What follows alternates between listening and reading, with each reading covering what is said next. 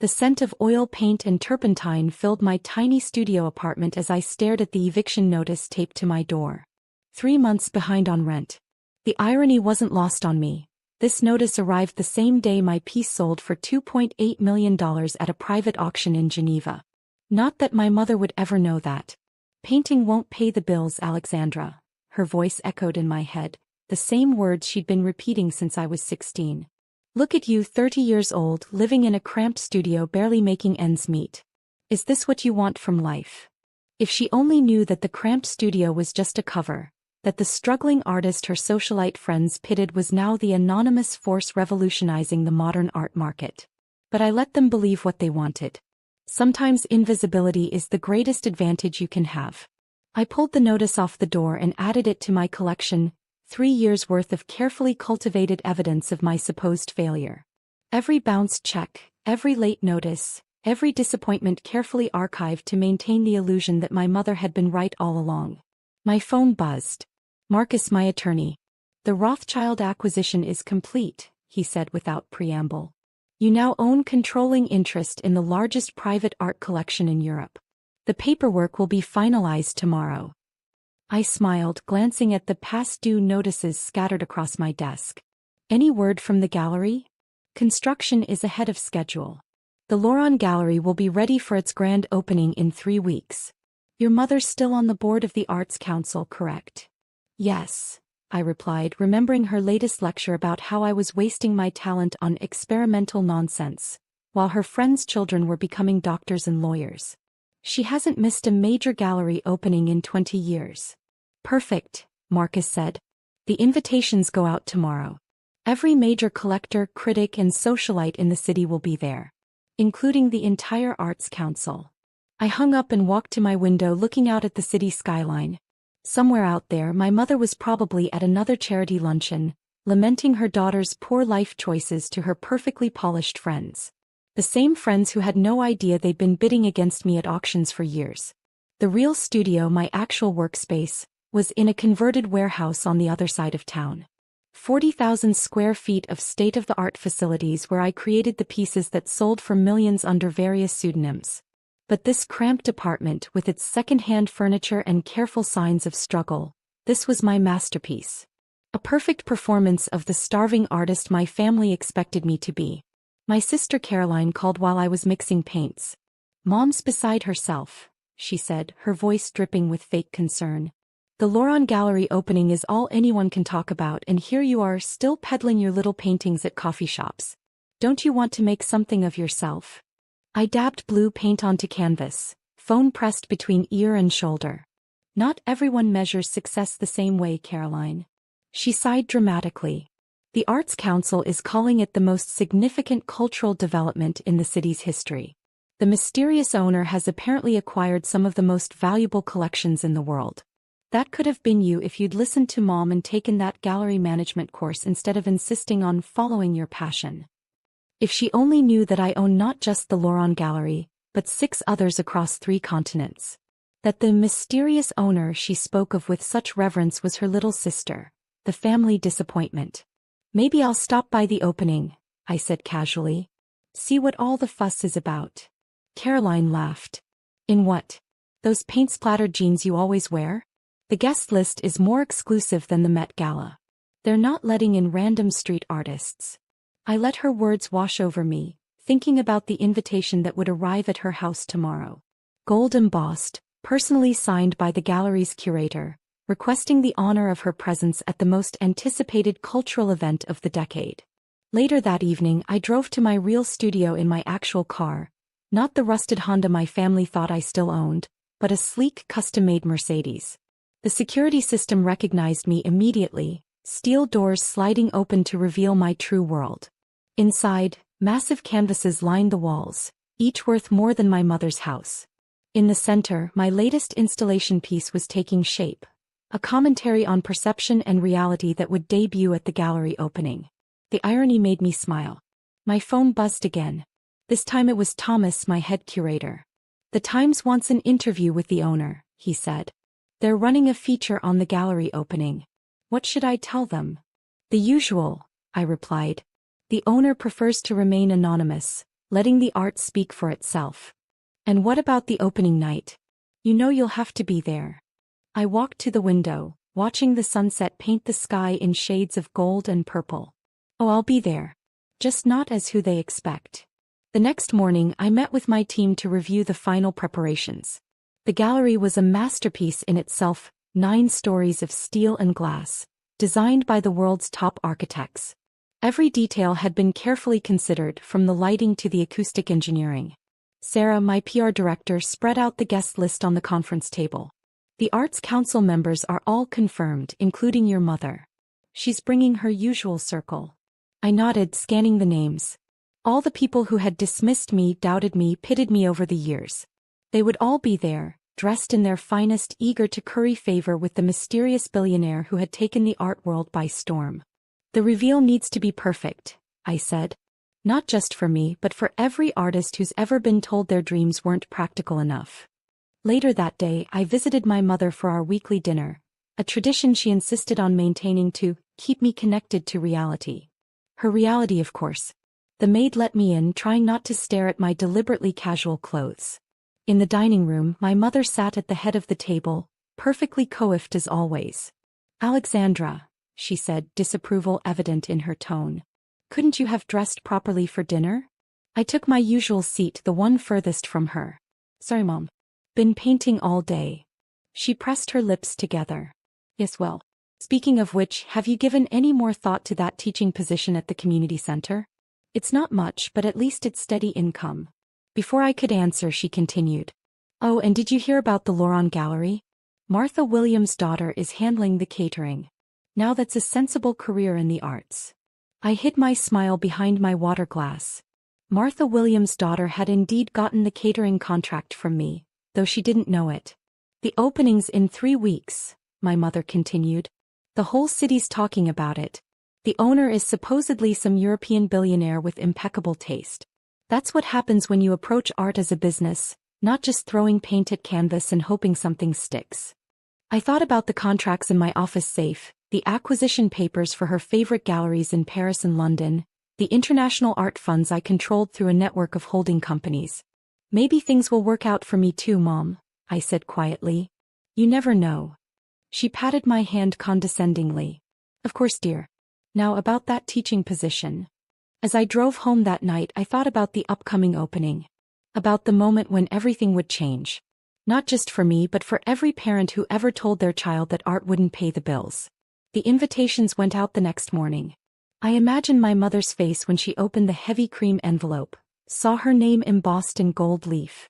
The same envelope was being delivered to every member of her precious Arts Council, every socialite who had ever whispered about poor Alexandra, still struggling with her art while her peers climbed corporate ladders. Little did they know I owned the ladders. The weeks leading up to the gallery opening felt like watching dominoes being meticulously arranged, each piece placed perfectly for the moment they would all fall. My mother's reaction to the invitation was exactly as I'd predicted. Alexandra, she burst through my studio door without knocking, waving the cream envelope like a victory flag.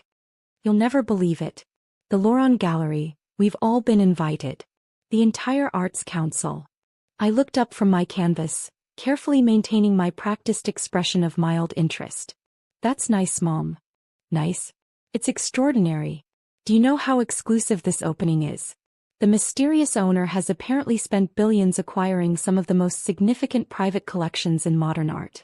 Everyone who's anyone will be there. I wiped paint from my hands with a cloth that had seen better days. Sounds fancy. She surveyed my cramped studio with poorly concealed disappointment. You know, if you'd stayed with traditional techniques instead of this experimental phase, you might have caught the attention of someone important. The Lawrence curator is known for discovering new talent. I bit back a smile, thinking of Thomas, my curator, who was at that moment hanging my latest piece in the gallery's central hall, under one of my pseudonyms, of course. Actually, my mother continued, smoothing her Chanel suit, I've been thinking, why don't you come to the opening? As my guest. It might be inspirational for you. I raised an eyebrow. I thought it was exclusive. Well, yes, but I'm sure they'll understand if I bring my daughter. Even if you're not. She gestured vaguely at my paint-splattered workspace, quite at their level. Yet. 2 days later, I stood in my real office 50 stories above the city, reviewing the final guest list with Sarah. The wall of windows offered a perfect view of the Loron Gallery, its glass facade gleaming in the afternoon sun. Your mother's already called 3 times to confirm her +1, Sarah said, amusement dancing in her eyes. She's quite insistent about having her struggling artist daughter attend. I smiled, remembering the conversation from my studio. Let's make sure she gets what she wants. And the seating arrangement? I pointed to the floor plan spread across my desk. Put her at table 1 right in front. I want her to have the perfect view when everything unfolds. My phone buzzed, Caroline calling again. I put it on speaker as I reviewed the opening night schedule. Mom says you're coming to the Loron opening, she said without preamble. Please tell me you're not wearing those awful paint-stained jeans. I'll dress appropriately, Caroline. You better. This isn't one of your coffee shop art shows. These are serious collectors, real players in the art world. I glanced at the latest acquisition report on my desk. $127 million for a private collection in Dubai, signed off that morning. I understand the difference. Do you? She sighed. Just try not to embarrass Mom. She's worked so hard to build her reputation on the Arts Council. The last thing she needs is her daughter showing up looking like a street artist. Sarah rolled her eyes as she gathered her papers. Everyone on my team knew the truth, had watched me build my empire from the ground up. They found my family's attitude alternately amusing and infuriating. That evening, I visited my secret vault beneath the gallery. Row upon row of the world's most valuable modern art pieces, each carefully authenticated and catalogued.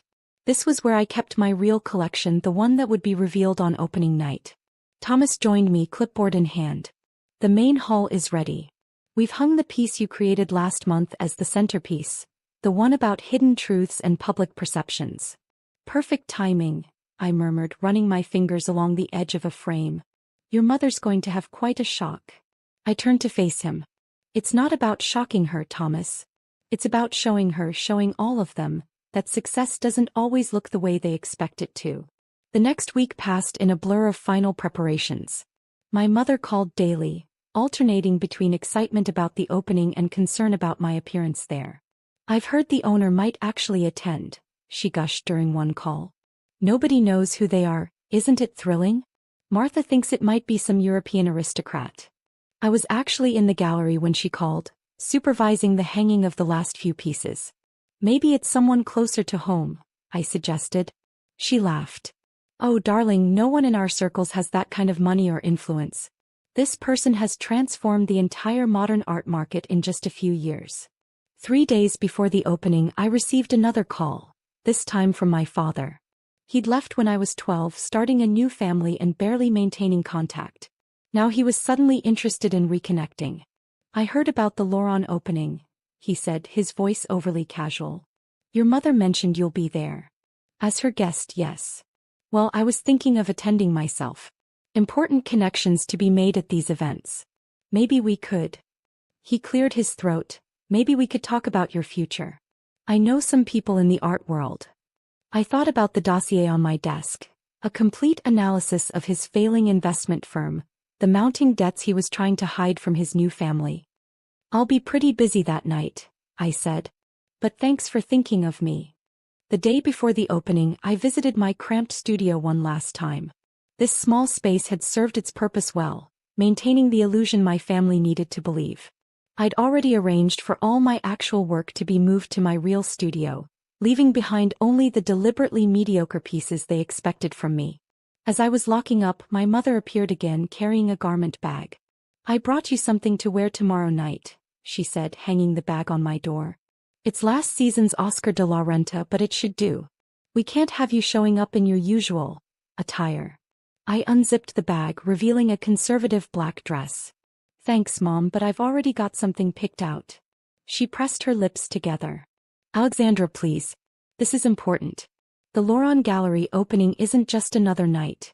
This is a chance to see how successful people operate in the art world. Maybe it will finally help you understand why I've pushed you so hard all these years. I looked at her, really looked at her, wondering if she'd ever understand that I had succeeded not despite ignoring her advice, but because of it. Trust me, Mom, I said softly. Tomorrow night will be educational for everyone. That evening I went to my real penthouse. Not the studio apartment my family thought I lived in, but the two-story residence atop one of the city's most exclusive buildings. My dress for the opening hung in my closet, custom-made by a designer who knew exactly who I was. As I stood at my window watching the city lights flicker to life, I thought about the journey that had brought me here.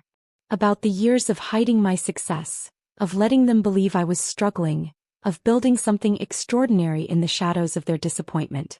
Tomorrow everything would change. The Loron Gallery would open its doors, and the art world would finally meet its mysterious owner. My mother would finally understand that her daughter hadn't been wasting her life, she'd been revolutionizing an entire industry. But first I had one more role to play, the struggling artist, brought along as her mother's embarrassing plus one. The dominoes were set. In less than 24 hours they would begin to fall. The day of the gallery opening dawned clear and crisp. I woke in my penthouse at 5 a.m., hours before my mother would expect her struggling artist daughter to surface. The wall of windows in my bedroom offered a perfect view of the Loron Gallery, its steel and glass facade already gleaming in the early morning light. My phone buzzed with messages from the team. Everything was in place. The catering staff had arrived, the security details were positioned, and the guest list had been finalized. In a few hours, the city's elite would gather to witness what they thought was just another gallery opening. They had no idea they were about to attend the most dramatic reveal in the art world's recent history. At precisely 10 a.m. my mother called. "Alexandra, please tell me you're awake and preparing. This isn't one of your casual art shows where you can just throw on whatever and show up." I glanced at my reflection in the mirror, already perfectly groomed. "I'm up, Mom." "Good. I'll send a car to your apartment at 6. The opening starts at 7 and we absolutely cannot be late. The Times is covering this and the whole Arts Council will be there." I smiled, thinking of the newspaper's real headline already set for tomorrow morning. Art world shocked, reclusive Loron Gallery owner revealed as local prodigy. "Don't worry, Mom. I wouldn't miss this for anything." At 5:45 p.m., I arrived at my studio apartment one last time, dressed in deliberately casual clothes. The Oscar de la Renta my mother had brought hung untouched on the door. Instead, hidden in a garment bag was my real outfit for the evening, a custom-made gown that cost more than this entire building. Right on schedule, my mother's car arrived. I got in, greeting her with the same slightly distant smile I'd perfected over years of these interactions. "Oh, Alexandra," she sighed, eyeing my appearance. "Please tell me that's not what you're wearing." I patted the garment bag beside me. "I'll change at the gallery." She pressed her lips together but said nothing. The drive was filled with her nervous chatter about who would be there, which critics were attending, how much influence the mysterious owner wielded in the art world. We pulled up to the Loron Gallery at 6:30 p.m. The building rose before us like a crystal palace, its 9 stories of artfully engineered glass and steel glowing from within. A red carpet led to the entrance where photographers were already gathering. "Remember," my mother whispered as we stepped out, "try to be discreet. These people are very important in the art world." If she only knew that most of them worked for me. Inside, I excused myself to change, making my way to the private elevator that would take me to my office suite at the top of the building. Thomas was waiting. "Everything's ready," he said, handing me a tablet showing security feeds from throughout the gallery. "Your mother's been seated at table 1 as requested. Your sister just arrived with her husband and your father's trying to network with anyone who'll listen." I nodded, slipping out of my casual clothes and into the gown, a masterpiece of midnight blue silk and subtle crystalline details that had been crafted specifically for this moment. "The reveal is set for 8:30, Thomas continued. "After the initial reception and just before dinner. Your speech is loaded on the teleprompter, though I doubt you'll need it." I checked my reflection one final time. Gone was any trace of the struggling artist they thought they knew. In her place stood someone else entirely, the woman who had quietly transformed the modern art world. "Is the main hall ready?" Thomas smiled. "Your piece is in place.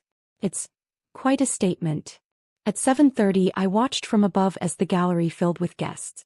My mother held court at her table, clearly relishing her position of perceived importance.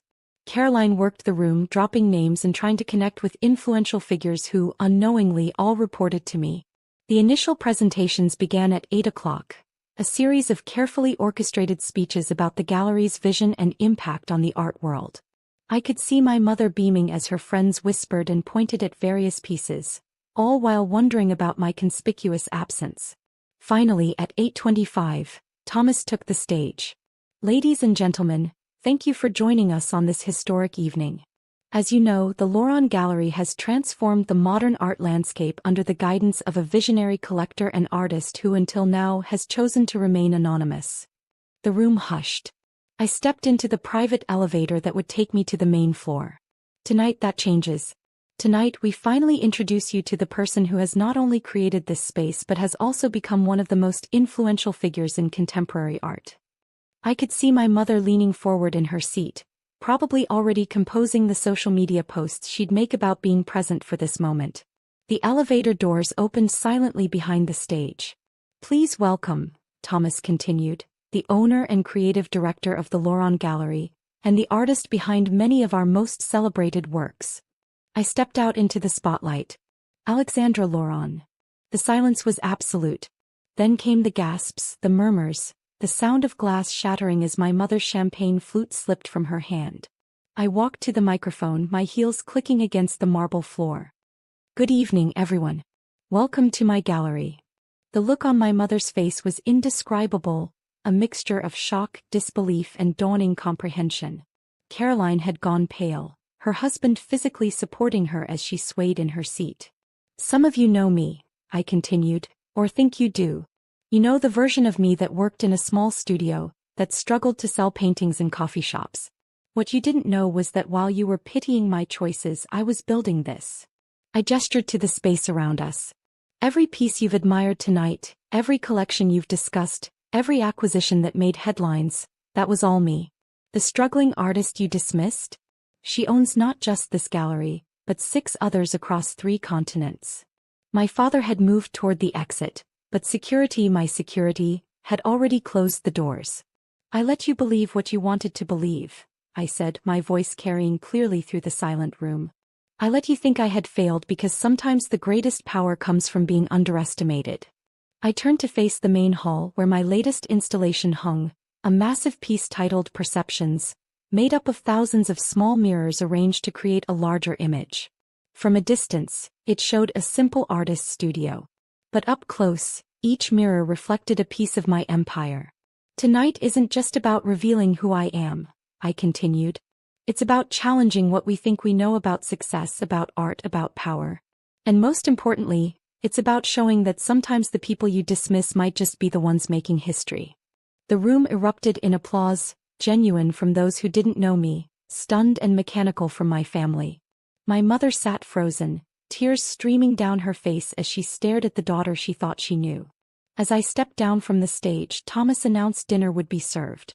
The crowd began to move, but my mother remained seated, still staring. I walked to her table, stopping beside her chair. "Art won't pay the bills?" I said softly. "Mom, it bought the building." She reached for my hand, her fingers trembling. "Alexandra, I don't understand. All this time I was exactly who I always said I was, an artist. You just couldn't see it because it didn't fit your definition of success." The rest of the evening passed in a blur of congratulations, interviews, and watching my family try to process their new reality. Caroline attempted to explain to anyone who would listen that she'd always supported my art. My father tried desperately to schedule a meeting about family investment opportunities. But my mother just sat there, staring at the empire her daughter had built while she wasn't looking. As the night wound down, I found myself back in my office suite, looking out over the city. Thomas joined me, holding 2 glasses of champagne. "Quite a night," he said, handing me one. I nodded, thinking of all the moments that had led here, every dismissive comment, every pitying look, every time they tried to make me doubt my path. "You know what the best part is?" I said, watching the city lights twinkle below. "Tomorrow they'll all finally understand that success doesn't always look the way they expect it to.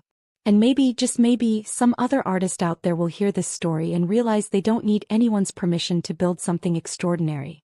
The Laurent Gallery still stands as a testament to that truth. And my mother?